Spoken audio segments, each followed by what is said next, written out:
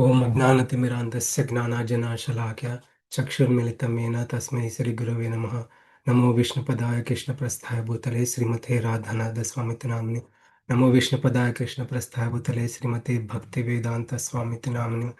नमस्ते सरस्वते देवं गौरवाणी प्रचारिणे निर्विशेष शून्यवादी पाश्चात्य देशधारिणे।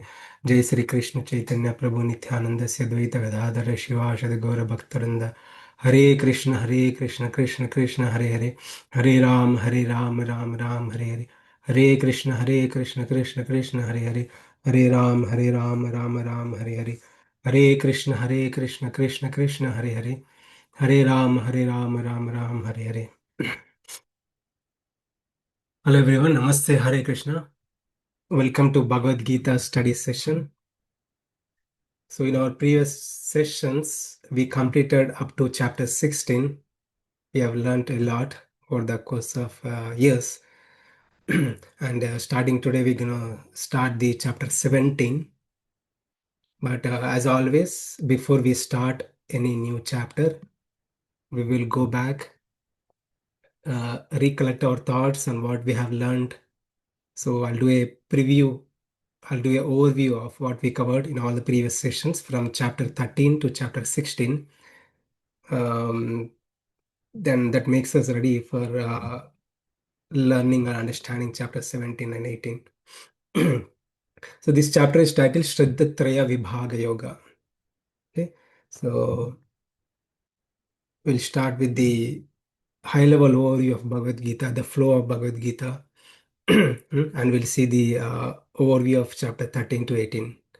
So if you have missed any previous sessions, you can catch up. If you already are continuing attending, then it's a revision, nice revision for all of us. So it's always good to recollect, because anytime we hear Bhagavad Gita, it appears new. It appears new, as if like we are hearing for the first time. So that's the thing about Bhagavad Gita, because it's too technical. Okay, so Bhagavad Gita consists of 18 chapters. First 6 chapters, Krishna spoke about Karma Yoga. Middle 6 chapters, Bhakti Yoga. And last 6 chapters about Gnana. And he gives a comprehensive knowledge. Karma Yoga, when Arjuna was on the battlefield, hmm, and he was reluctant to fight, he dropped his bow and arrow. He wants to run away from the battlefield. He wants to renounce the world. Arjuna thought by him renouncing the world, he'll attain a peace of mind, he can attain liberation, work towards liberation. But Krishna says, no, no, no, no. Don't change your job profile, continue your job profile. Continue your job profile. Uh, just spiritualize your work. All your duties, spiritualize your work. For us, going to temple is a spiritual activity. Doing some chanting holy names of the Lord is a spiritual activity. Krishna says any activity you do, anything you do, consider, think of it like a spiritual activity, and do it as a yajna. So Krishna says, work for the pleasure of the Supreme Lord without expectation of a result, be neutral to success or failure. Don't get too much attached to the work itself or the result. Result may vary.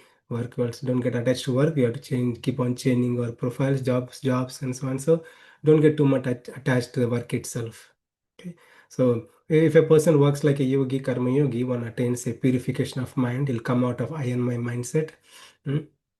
And biggest obstacle in this path of practicing karma yoga is the mind. For one to control the mind, one has to take up some meditative practices. So Krishna spoke about that in Dhyana Yoga, fixing the mind and senses onto our own self and also to the Supreme Lord. So one can attain self-realization, God realization. The path of Dhyana, Ashtanga Yoga, one has to basically renounce the world. Like when a person has good control of mind and senses, Yoga Rhoda stage. Yoga Rhoda stage in sixth chapter, Krishna says if a person can has a good control of mind and senses, if he thinks he's qualified for renouncing, he could possibly. He can go and renounce and work towards liberation, various meditative practices. And but that Arjuna, after hearing this, he himself was afraid, worried that he cannot do like that. It's hard for him to control mind and senses, and that too, if he's worried that if he fails, what happens to his next life? And Krishna says, don't worry, Don't worry about that path. I'll tell you a easy way, easy peasy way. So Krishna says you take the path of Bhakti Yoga. Okay, Bhakti Yoga. That's where Krishna teaches the middle 6 chapters, 7 chapter to 12 chapter about Bhakti Yoga. Bhakti means love. Love. So the so-called love we have towards our family members, towards our possessions, the same love when it is towards Bhagavan, God. When our thoughts or intentions or hankering is towards a God, right? That process is called Bhakti and Bhakti Yoga, fixing the mind on the Supreme Lord. So Krishna says that is a means for one to attain the Supreme Lord. Bhaktya sanane sakya ahameva vidarjuna. Only by the practice of Bhakti Yoga only one can attain the Supreme Lord. Krishna teaches the various practices in Bhakti Yoga in all our duties, and also various practices fixing the mana, always thinking about the Lord, meditating on the Lord, and so and so. Hmm? So for bhaktis to sprout, we need to learn about the God, who this God is, uh, where is this God present, how the God exists, where he exists, what is his world material nature, and everything, right?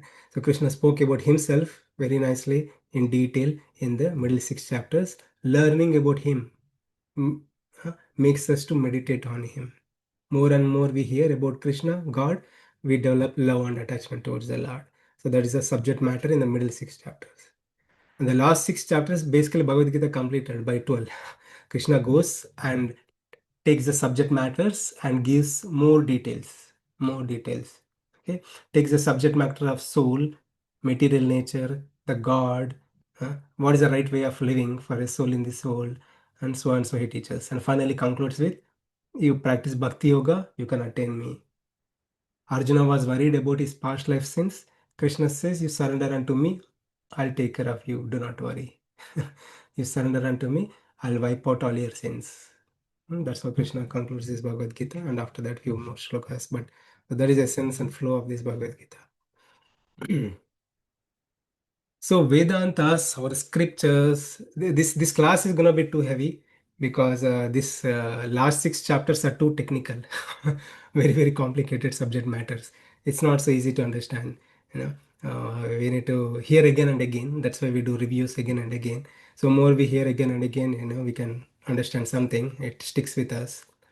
So today's session will be content heavy, not too heavy, but try to grasp, gain knowledge as much possible. If you have been hearing this, this is not new. You can easily understand. So the scriptures, all the scriptures, Vedanta, Vedic scriptures, they all talk about three subject matters. Hmm.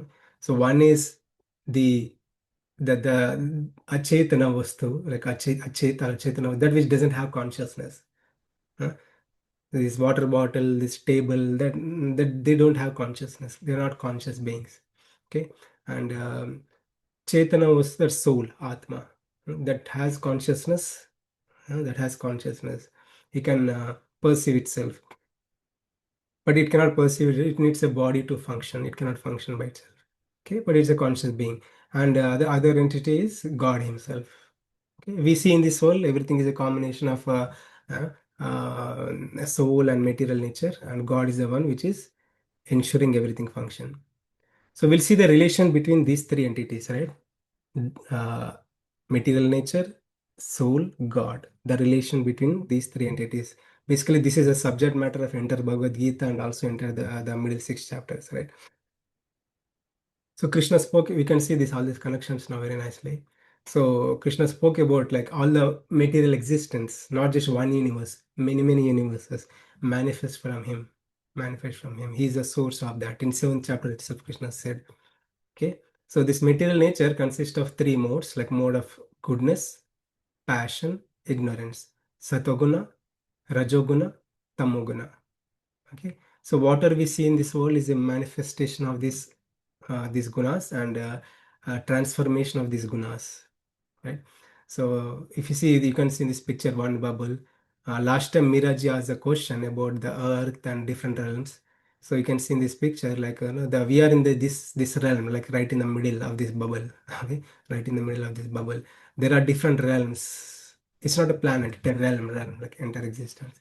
So this is from Srimad Bhagavatam and Vishnu Puranam. So there are seven realms on above this earth realm, Bhumandala. There are 7 realms above and 7 realms below. 7 realms above and 7 realms below. Heaven is like on the somewhere on the above, like above earth, on the like 3 realms above. Okay, hell and sorry, heaven.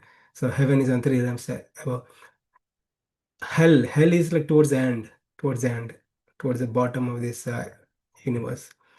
So there are many universes. Everything is a manifestation of this Prakriti material nature.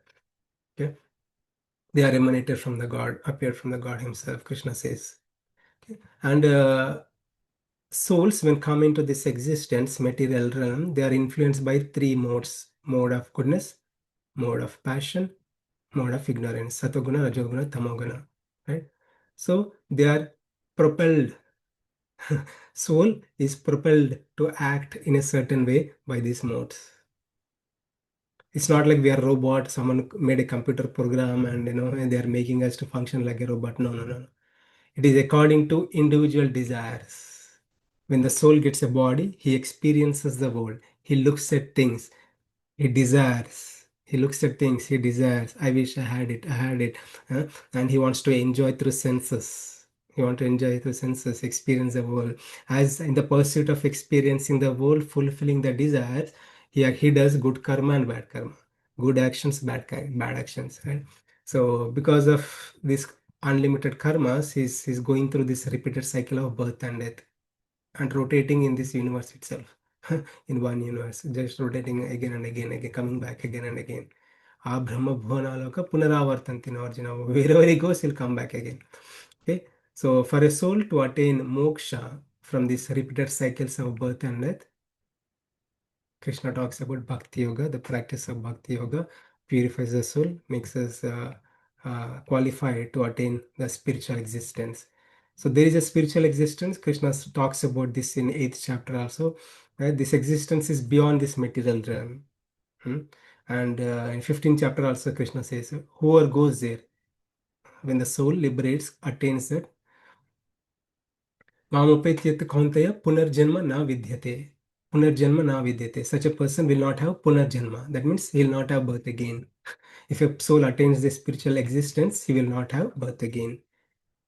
Okay? Basically, this is the entire subject matter of Bhagavad Gita. So we can see the relation between this soul, material nature, and the God. These are all connected.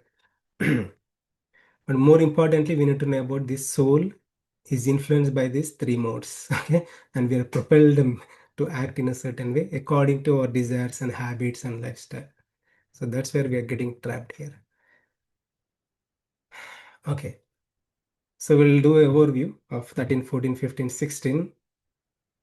So what are we covered in the last year or so, I think, or many months. We're gonna do this in like within 1 hour session, right? So we'll see how it goes. So this chapter 13 is titled Kshetra Kshetrajna Vibhaga Yoga. Kshetra means basically a field, a farm field. Kshetrajna, knower of the field. Hmm? So there is a farmland. If you say farmland, there is a farmer who owns the land. Who owns the land? He could use he could make best use of the land. He could totally ruin the land. He could totally ruin himself. So when he gets a land, farmer gets a land, he could make best use of the land, or he could totally ruin the land or ruin himself. But that is his choice. His choice. Similarly, Krishna compares this body and soul to be Kshetra and Kshetrajna. The body is compared to Kshetra. The field is compared to Kshetra. So body, soul. Krishna classifies and gives more details about the body and soul differences in detail. Krishna spoke about this in 2nd chapter. But again, from the 13 onwards, Krishna is going to give additional details, elaborate, right? So that's the thing. So you can see this picture, this girl wearing the mask of a horse. Hmm? This girl, when he puts the mask, now this is Halloween season, everybody wears this nice mask and try to when they wear when they're normal, when they're not wearing the mask, they behave normally, right? When they wear the mask, somehow they get some energy kind of thing. They behave like that mask. Right? You can see this girl is wearing the mask of a horse. This girl identifying herself to be this mask, right? A horse, identifying herself to be horse and behaving like a horse, eating like a horse, doing like a horse. So that's the thing.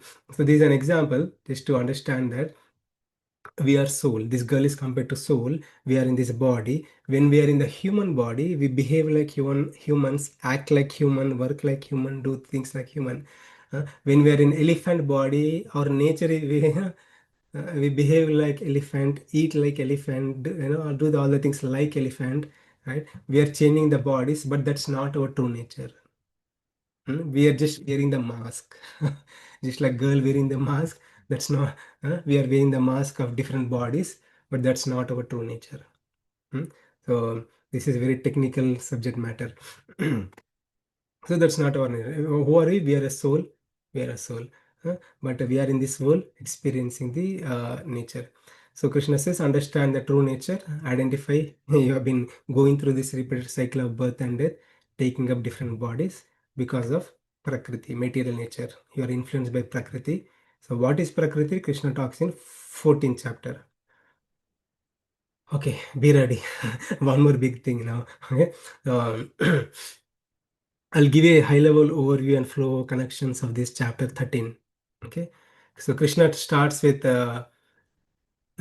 by saying, you need to know this body and soul. Hmm? Kshetra, Kshetragna, you need to know the difference. I'll explain what is this body, what is this composed of, what is this made of, right? If you're buying something from Amazon or any store, we like to know what is that product made of. Because when we want to own it, we want to know more about it, like what is this made of, how this works, right? If you are buying some refrigerator or anything, we want to know more about how this works, how this helps me, right? So similarly, we need to know about this body also, because we are owning this body. As a soul, we are owning this body. We need to know about this. This body is made of elements: earth, water, fire, air, either is space, right? So the body is made of these five elements, and five, we have five knowledge acquiring senses: sense of vision, sense of hearing, smelling, knowledge acquiring senses. We also have working senses, the way to speak, talk, walk, all these abilities is a working senses, uh, sensor. And mind, intelligence, false ego. This is a combination of all this, a combination of all this. Okay. How about the soul? Soul, being in in this body, experiences the world, like he look desires, perceiving through senses. He desires all the emotions soul experiences, like hatredness, happiness, distress, is because of the soul is in contact with the body. So Krishna explained those things in detail now. And Krishna further says, yes, you are a soul in the body, but you're not aware of this body. You're not conscious of this body. You're not conscious of the soul, because you need to work on it. You need to do such. You need to do some practices. Otherwise, you'll be in bodily conscious only. Okay, Krishna, what are the practices I can take? So Krishna gives a big list. You know, to be practice humility, pridelessness, non-violence, and most importantly, Krishna says, "Mamche avyabhicharana bhakti, mamche ananya bhavana bhakti avyabhicharana." You develop ananya bhakti, anala devotion unto me. By that practice, you can realize you know true nature. Okay, and Krishna in this chapter also says very important thing. You are a part and parcel of me. The soul is a part and parcel of the Supreme Lord. Soul can attain a nature like Supreme Lord. Soul can attain a nature like Supreme Lord. The nature is like a deathlessness nature, immortality stage. So where doesn't soul doesn't need to go through happiness, distress, various dualities in this world, right? So being in this material world, material body, we go through various emotions, problems, good, happiness, distress, various phases of life. But when we attain the spiritual world, attain a nature like God, there is no hunger, there is no thirst, no problems. Life is so cool. Krishna says you can attain a nature like that, but you're forgetful of that. You're forgetful of the fact, and you're getting entrapped into this material existence. Entrapped into this material existence. Purusha prakriti sthoi bhunte prakriti jan gunan karanam The cause, guna sangasya sadasadiyonishu janmasu. Krishna says, you are entrapped into this material existence because of so-called Maya. The material existence consists of three modes: mode of goodness, passion, ignorance. This Prakriti is propelling you to act in a certain way. It is making you forget of your true nature. You are a soul, but you are forgetful of the true nature. You can attain a nature like me, but you are forgetful of that fact. Forgetful of that fact, Krishna says. Hmm? So, what can I do, Krishna, to attain you, to come to attain a nature like you? Krishna says, studies, learn, study scriptures, see things with the knowledge of vision, gnana chakshuhu. Hmm? So, when we don't have knowledge, when we are not knowledgeable of Bhagavad Gita or anything, right? So, our perception dealing with people or being in this world is something different.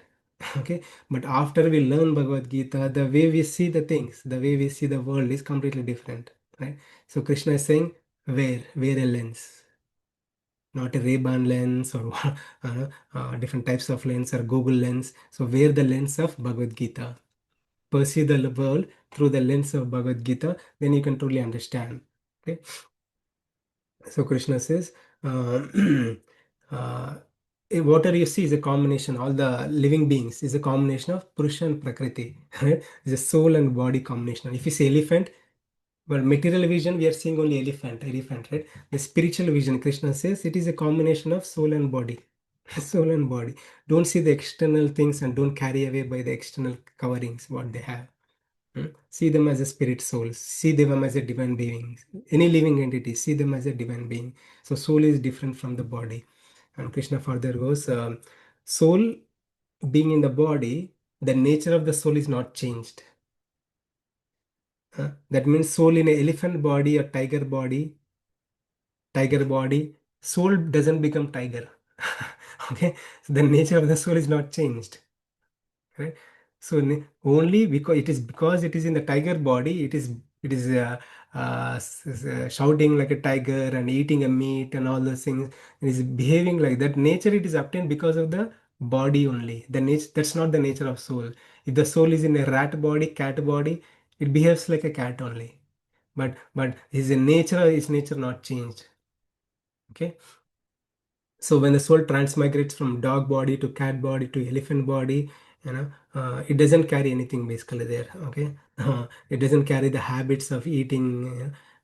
When the soul in the tiger body goes to cat body, it doesn't behave like a tiger. Okay.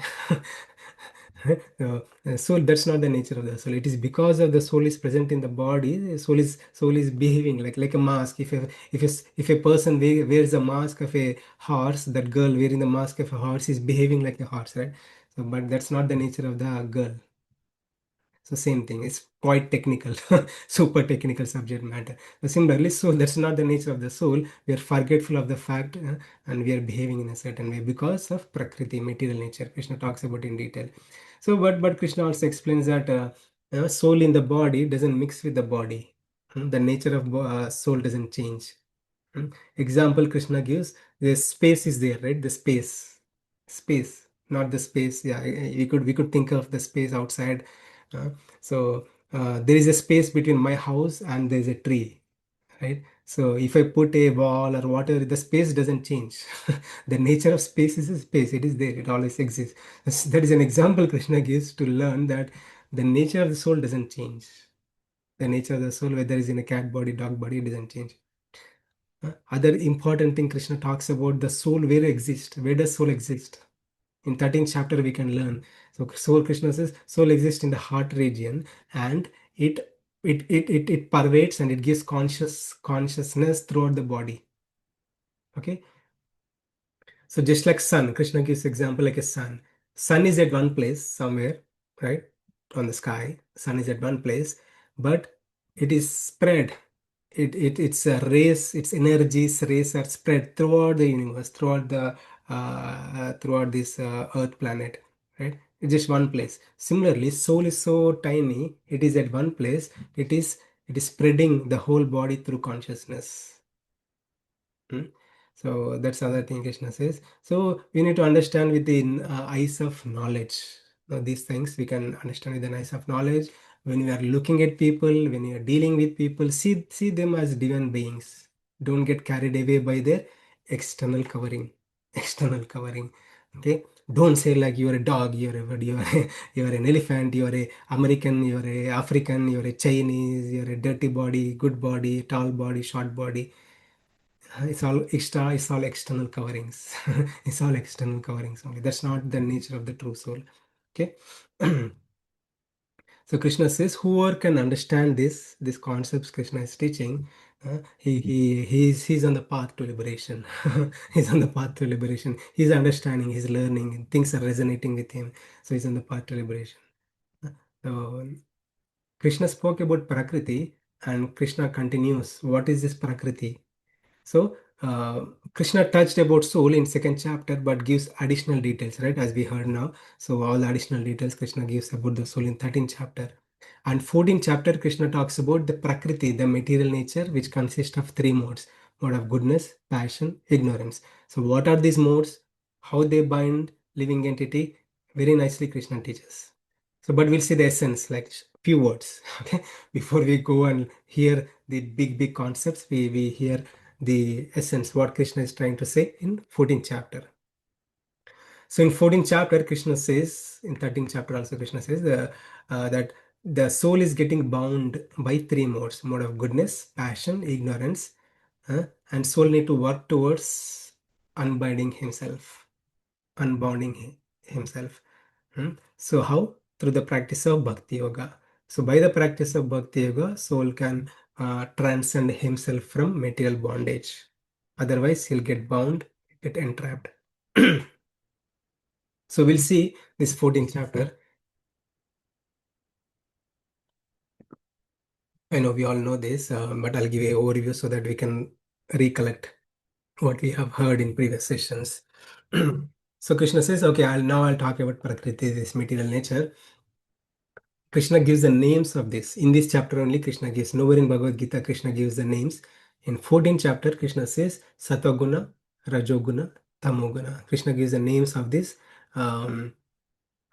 Prakriti, which consists of three modes: Satoguna, Rajoguna, Tamoguna.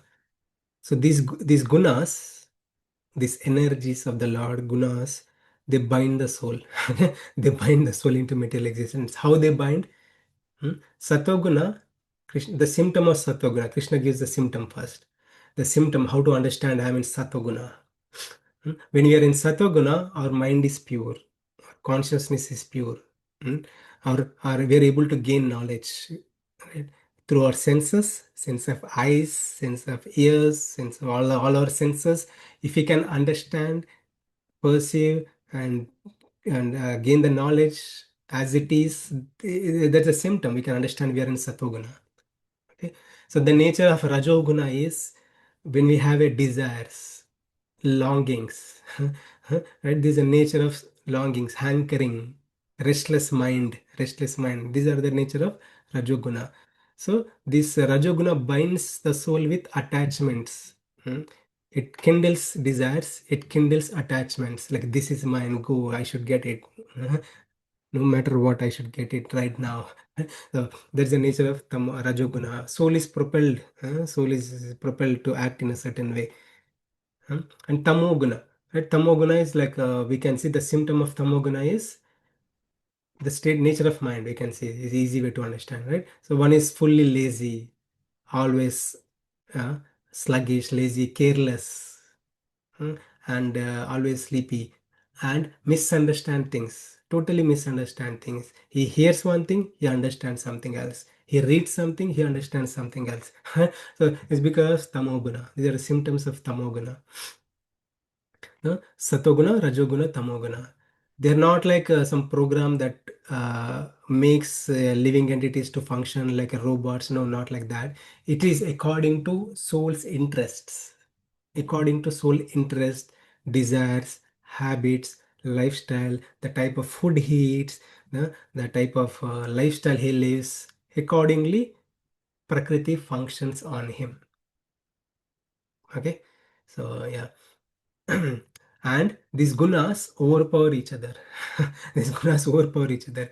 So sometimes their mode of goodness is high in our mindset consciousness. Some mode of goodness is high. For some people, mode of passion is high. Some people, mode of ignorance is high. So Krishna says, when these modes are high, how can we recognize them? How do we recognize them? So if a person mode of goodness is high, his all his senses are illumined with knowledge. He has 100% uh, good clarity of mind. So we see in this world, right? We take bath. We when you're going to office in the early morning, when you are in the fresh state of mind, that's a satoguna nature time. There's a time the prakriti also like that. The nature is in satoguna. Our mind is also in satoguna. Right? We feel fresh, no? And we are able to hear, understand, and listen, understand, and look at it and understand. Our perception is excellent. Right? Physically fit, mentally fit. These are the symptoms. Like the mode of goodness is high. Hmm. So, when the mode of passion is high, Krishna says, when the mode of passion is high, then these are the symptoms high. One becomes so greedy, right? I want that, and there is an intense endeavor. I wish I had this. I wish I had this, and hankerings develops. Hankering, the uncontrollable desires, the uncontrolled mind, restless mind. And it's always full of restless mind. He cannot control his mind, he cannot control his senses. These are the symptoms of passion, mode of passion. So that's where bhakti, devotional service helps to come out of this, right? So anyway, so mode of ignorance. One is lazy, inertia, totally wrong perception. So these are the mode of ignorance. When the mode of ignorance is high, so one sees like, he's totally misunderstand things. He's in total madness, inertia, careless, and totally wrong perception. So this is the mode of passion, ignorance. Okay. Now Krishna also talks about if a person is living in the mode of goodness, living in the mode of passion, living in the mode of ignorance, right? So it varies according to the individual. Some people are high in mode of goodness, some people are very low in mode of goodness or high in passion. Mostly all the living beings on this earth planet, we're all in high in mode of passion, mode of passion and ignorance. Right? So it is expected. But anyway, if a person lives a lifestyle like this, he's being pulled by these modes. If a person dies, what's his next destination? Right? So if a person dies in the mode of goodness, Krishna says, he will attain a higher planets where the pious people dwell, not on earth, but different realm. It could be on earth. It could be on earth. He may get a good family members. All the family members are very virtuous, and they're all towards self-realization. They're all naturally inclined towards God, naturally inclined towards self-realization, God realization, meditation. All the good family members, right? And and maybe earth realm or a different realm, he attended a good plan because he lived a dharmic life and he lived in the mode of goodness. If a person in the mode of passion, extreme passionate levels, if he dies, right? So he'll attain a body where his family members, everybody is busy, busy workers. Huh? Entire life they are busy working, earning, enjoying, working, earning, enjoying. Right? So busy workers. He because his desires are like that. He's in too much passionate. He was hankering, desirous of many things. Because that is a state of mind. Because that is a state of mind. When he dies, he attains a similar body, right? And he'll be given a body where facilities, the people around him are also like that. So sometimes we think, why I'm born in this family? Right? That's a question. It is according to our guna. Our gunas will be put in a family, will be put in a around friends or whatever according to our guna. Some people with good mode of goodness, they'll be naturally born in a good family, pious family, virtuous family. The family are devotees. All the families are interested in spirituality. Those things. So yeah, so mode of passion, he'll be born among these desire motivated around with desire motivated people, mostly on the earthly planets. And if a person dies in the mode of ignorance, he lives a life of carelessness, madness,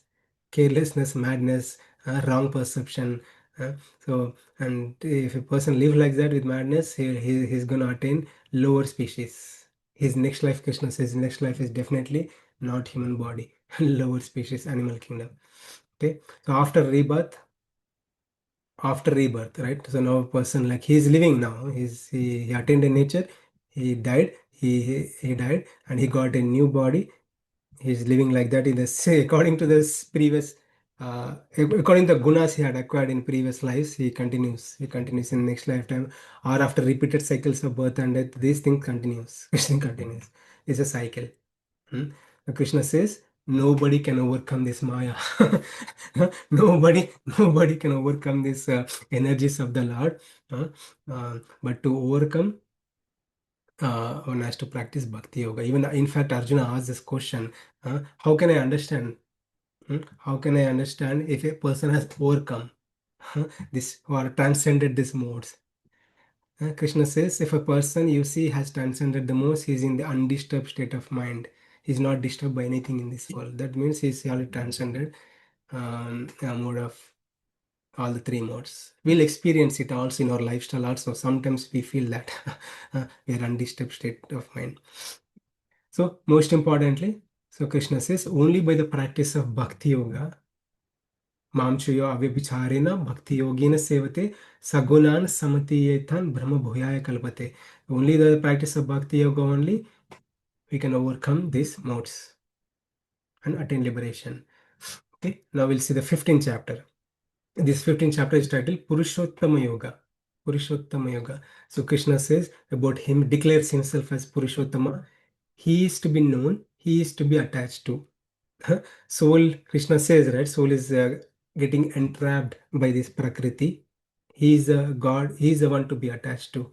Hmm. So Krishna speaks about himself, why he needs to be attached to. What if a soul attaches to the material existence, material things in this world? If a soul attached to this Supreme Lord, what happens, right? Krishna talks about it and why soul has to attach to the Supreme Lord. So that is the subject matter in this chapter. Okay. So, but in a sense, in a nutshell, Krishna says in the 15th chapter, detached from matter and attached to Krishna, who is the supporter, maintainer, and all pervasive Supreme Lord. Okay, so we can reflect upon, really recollect these things about 15th chapter we learned. So Krishna compares this entire material existence to be upside down banyan tree. Upside down banyan tree. We don't see trees, these kind of trees in this outside. All the trees are up only, not down, not reverse. Right? Roots are connected to earth. So Krishna is saying this is a tree. It is roots are up and the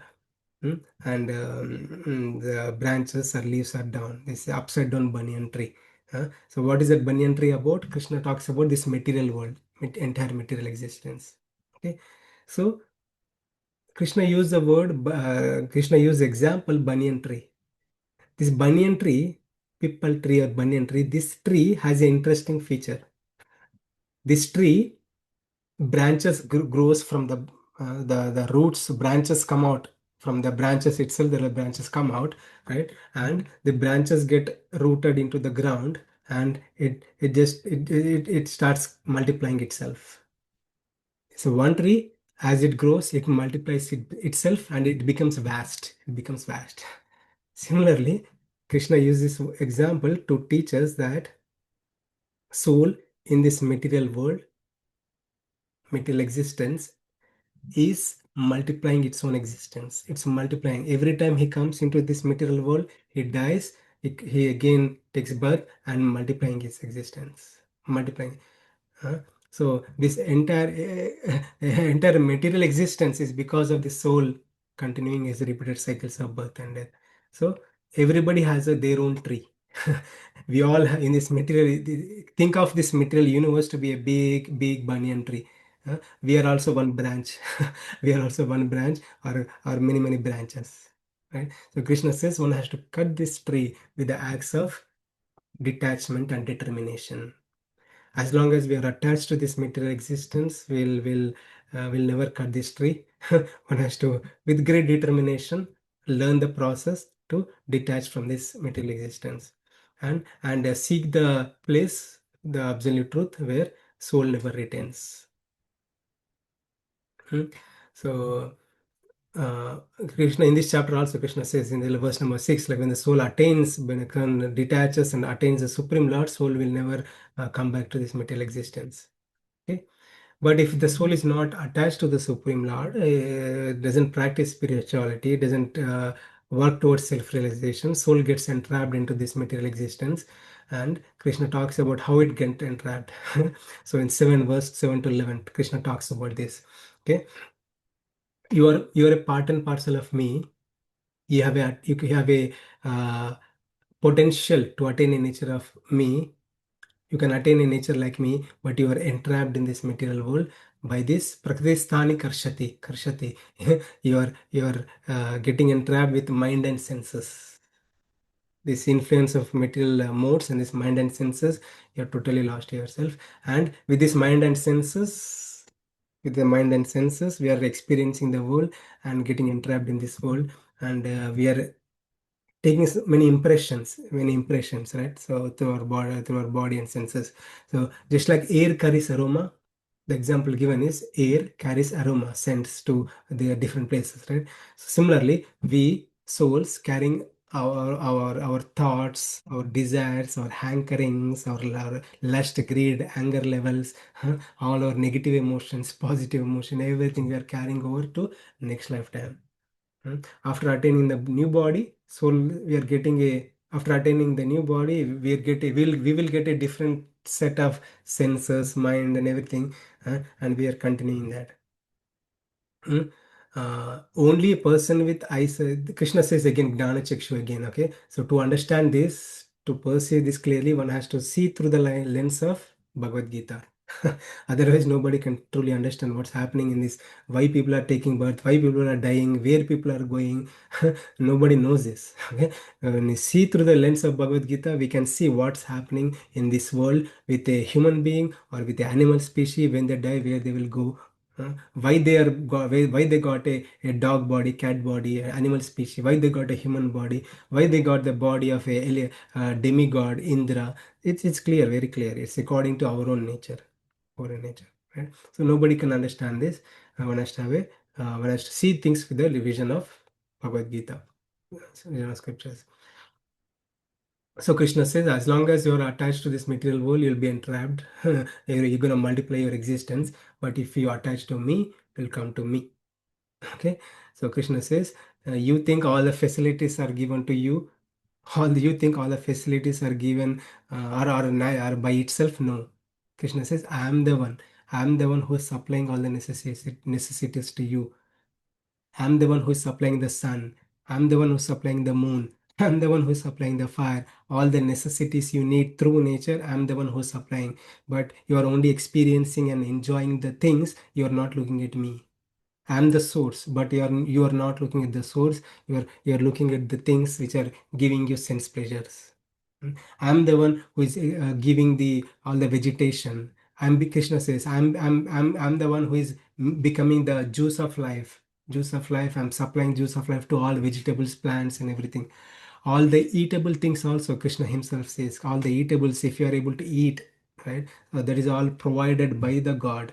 We are consuming it, we are not appreciating who is providing us. So that is we always the bodily consciousness, right? So Krishna says, you look at me. Appreciate me, glorify me. I'm the one who's giving you everything. Hmm? And not just that, Krishna says he becomes a digestive fire. When we eat, consume food, how much God is doing to us. Huh? He's digesting fire. He's becoming Agni, the fire. Just like if you put a rice on the stove, rice needs a fire to cook. Rice needs a fire to cook. When there is a fire, rice is cooked. Similarly, for us to eat, for us to digest stuff, whatever the stuff we eat, it could be hard food, solid food, liquid food, or any kind of food.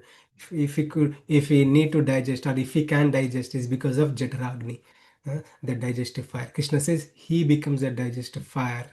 He becomes a stove, to digest all kinds of food, and he nourish our body. And Krishna further says he is the one who is giving. I mean, making us function with his body. When we eat the food, all the food is nourishing your body. By this nourishment, we are able to remember all the knowledge, remembrance, and forgetfulness is also coming from the God. Knowledge, remembrance, forgetfulness. If you are able to gain knowledge through senses, if you're able to gain knowledge and remember something, if we think this because of the so-called flesh in the head is remembering, storing data. The Krishna is saying, no, no, it is because of him. We are able to perceive, gain knowledge, and store the knowledge. Knowledge, remembrance, and forgetfulness. Sometimes we forget also that forgetfulness also coming from the Supreme Lord. So we went through the detail why forgetfulness. And for this is I'm the compiler of Veda. I'm the one who has given you scriptures. You follow the scriptures, you learn about me, you will attain me. Krishna, in the entire existence, there are dull matter, superior to dull matter. There is a soul, superior to soul. There is a supreme Lord. I am Purushottama. I'm the one who to be known. I'm the one to be attained. Don't get trapped. Don't get carried away by this so-called material existence, material things which are appeasing you. Uh, um, okay, so that ends chapter 15. Okay, so in this chapter 15, essence of chapter 15, Krishna says, He is the one to be known, He is the one to be attached to, He is the one who can grant us liberation, take us back to Godhead. Otherwise, we'll get entrapped into this and we're gonna make our own branches of this banyan tree, big banyan tree of material existence. Okay, now chapter 16, and we have 8 minutes. I think I'll complete in a few minutes. I think we'll be done. If you have any questions, we can take. So, chapter 16, so Krishna says, know your true nature and elevate from demonic to divine by following scriptures in this very lifetime. Being a human being, the scriptures are meant for you. So, this chapter is titled Deva Asura Sampatti Vibhaga Yoga. We completed this chapter. Krishna classifies. uh, if a person takes shelter of the God, studies scriptures.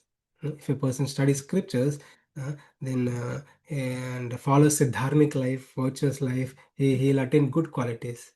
But if a person rejects scriptures, then not this lifetime, many lifetime. If a person rejects scriptures and he lives according to his own whims, then he will develop all demonic natures. Demonic natures. So Krishna classifies how to understand who is divine, who is this demonic person, what are his natures, what are his qualities. He's getting entrapped into this repeated cycle of birth and death. He's accumulating wealth. Sampat means wealth. He's accumulating wealth of divine qualities and demonic qualities by going through many life cycles. uh, um, so what Krishna gives, what are those divine qualities? So fearlessness, being charitable, charity, self-control, study of scriptures, non-violence, truthfulness, free from anger, tranquility, uh, cleanliness, gentleness, fortitude, forgiveness, free from envy, averse to fault finding, and many things. These are all divine qualities. And demonic qualities is very proud of his possessions, achievements. He's arrogant. The way he speaks is arrogant. He walks, talks, and behaves is arrogant. And he's angry all the time. He's harsh to people, harsh to surrounding, harsh to everybody. And he's always in the confused state of mind. And he lacks cleanliness. He's unclean. He has no discipline at all. No discipline, no truthfulness. And he doesn't believe in the God. He hates the God. He thinks that entire material existence is nothing but a combination of it's a lust. The men and women come together, they progenate, and that's how entire universe is made. That's how this everybody is there. There is no God. There is no divine energy. Nothing energy. This is a perception of a demonic people. Okay, because again, if you see from this context of last two verses Krishna spoke, if a person rejects scriptures, doesn't follow dharma, the scriptures teaches doesn't follow dharma, doesn't follow the path of life Krishna spoke, he becomes more and more demonic. Krishna further says about these demonic people activities, what they do. They asha pasha. They have endless desires, endless lust, chasing for sense gratification. This gives me happiness. That gives me happiness. Tomorrow I'll do this. Tomorrow, day after tomorrow, I'll do this. They make all the plots to enjoy through senses. They seek wealth legally or illegally by killing people or hurting people. They accumulate more and more wealth, and now that they accumulated wealth, they say this is mine, this is my wealth, I'm so powerful. I'm the richest person in the world. I'm the beautiest person in the world. I'm the best person in the world.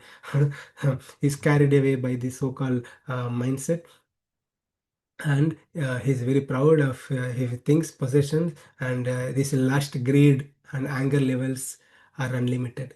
Lust, greed, high anger, lust, greed, and anger levels.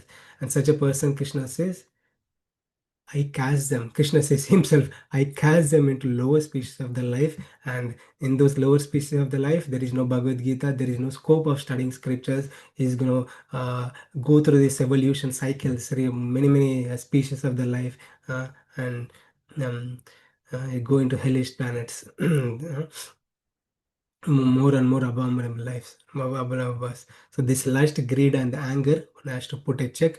If there are high levels, one has to work on it. If there are low levels, okay, we can work on it. So either way, so the lust, greed, and anger levels are they take one to hell. Okay, so Krishna says you study scriptures. You take the scriptures, study Bhagavad Gita, study scriptures, follow the dharma, follow the way, understand the Sanatana Dharma way of life, and how what is the means. Learn the means to attain the Supreme Lord. Learn the means to purify our existence. Then, then you can develop divine qualities. Hmm? Then, then you are on the path to attain Supreme Lord. Okay, so that's where I stop here. So chapter 617 is quite fascinating. Krishna gives more details about different people, different mindset, work differently. If a person in the mode of goodness, how he works, how he acts in this world, mode of passion, how he acts, lives in this world, mode of ignorance, how he acts, lives in this world. Very, very detailed, gives more and more details about it. So we'll see that in next Wednesday. So thank you all for joining. I'll end this session here. Thank you. Hare Krishna.